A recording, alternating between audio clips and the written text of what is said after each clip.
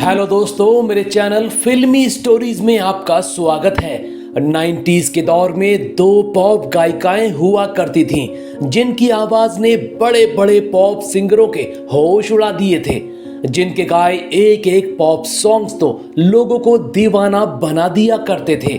दोनों की आवाज उन दिनों पूरे बॉलीवुड में गूंजा करती थी, मगर दोनों अचानक कैसे गायब हो गईं, पता है आपको? चलिए हम आपको 90s की उन दो पॉप सिंगर्स की दर्दनाक कहानी सुनाते हैं। 90s के दौर की जिस पहली पॉप सिंगर की बात हो रही है वो श्वेता शेट्टी थी। 1969 में बंबई में जन्मी वो लड़की, जिसका परिवार रूढ़िवादी था, मगर वो अपनी जिद पर म्यूजिक इंडस्ट्री में आ गई। गाने का शौक ऐसा था कि महज 17 साल में ही पॉप संगीत को अपनी दुनिया बना लिया। 1990 में पहला एल्बम मिला, फिर 1991 में दूसरा, लेकिन पहचान नहीं मिली। पहचान बनी 1992 में, तब जब AR रहमान ने श्वेता की अलग सी आवाज को पहचाना और उनको एक गीत दे दिया। फिल्म थी रोजा और गीत था रुक्मिणी रुक्मणी। सिर्फ एक गाने से श्वेता मशहूर हो गई। अगले ही साल उनका एक प्राइवेट एल्बम लॉन्च हुआ जॉनी जोकर्स के नाम से। इस एल्बम ने धमाल मचा दिया और अब तो श्वेता शेट्टी को बॉलीवुड से खूब काम मिलने लग गया।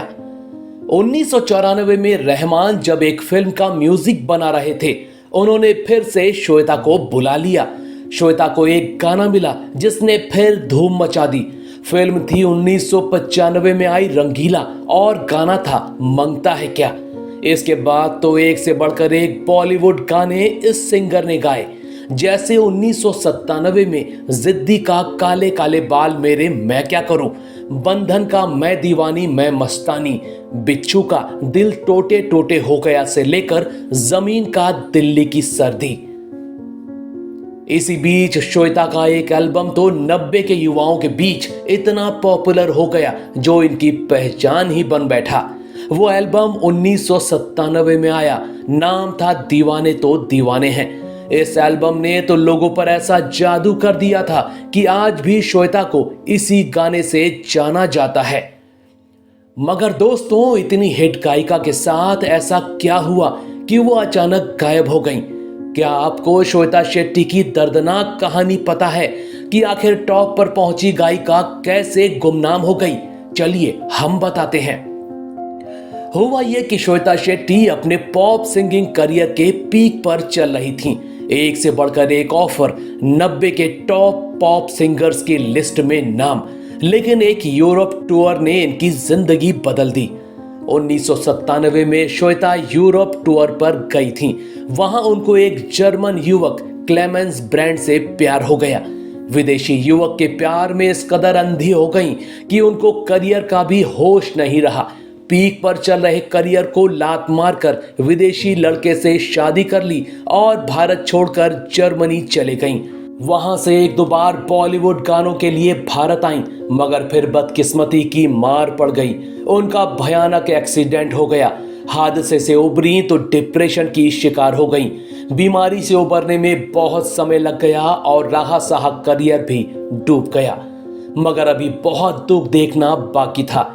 जिसके लिए पूरा करियर छोड़ दिया था, उसने ही छोड़ दिया। दोनों का तलाक हो गया और श्वेता फिर अकेली हो गई। कोई नहीं था तो सोचा पिता के पास भारत वापस आ जाएं, मगर यहां अपनों ने ही एक और दर्द दे दिया।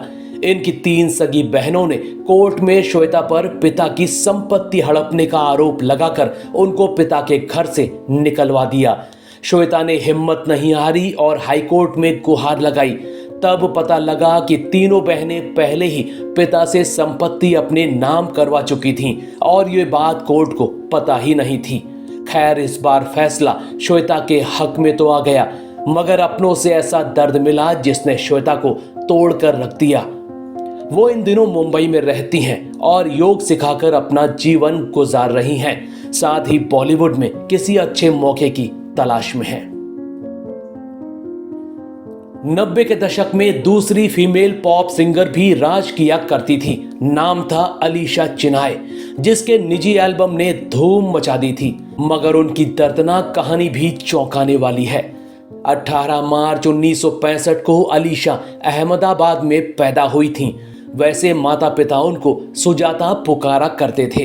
बाद में उनका नाम अलीशा रख दिया गया था।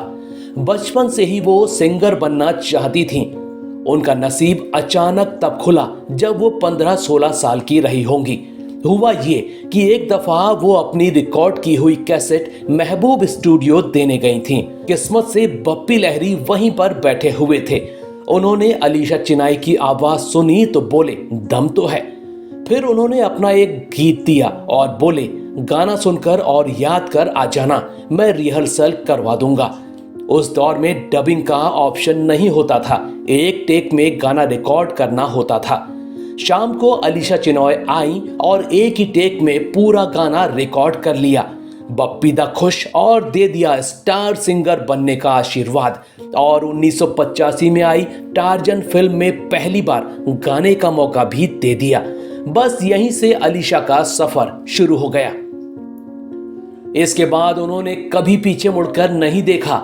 डांस डांस, कमांडो, गुरु, लव लव लव जैसी फिल्मों में डिस्को सॉन्ग्स गाए।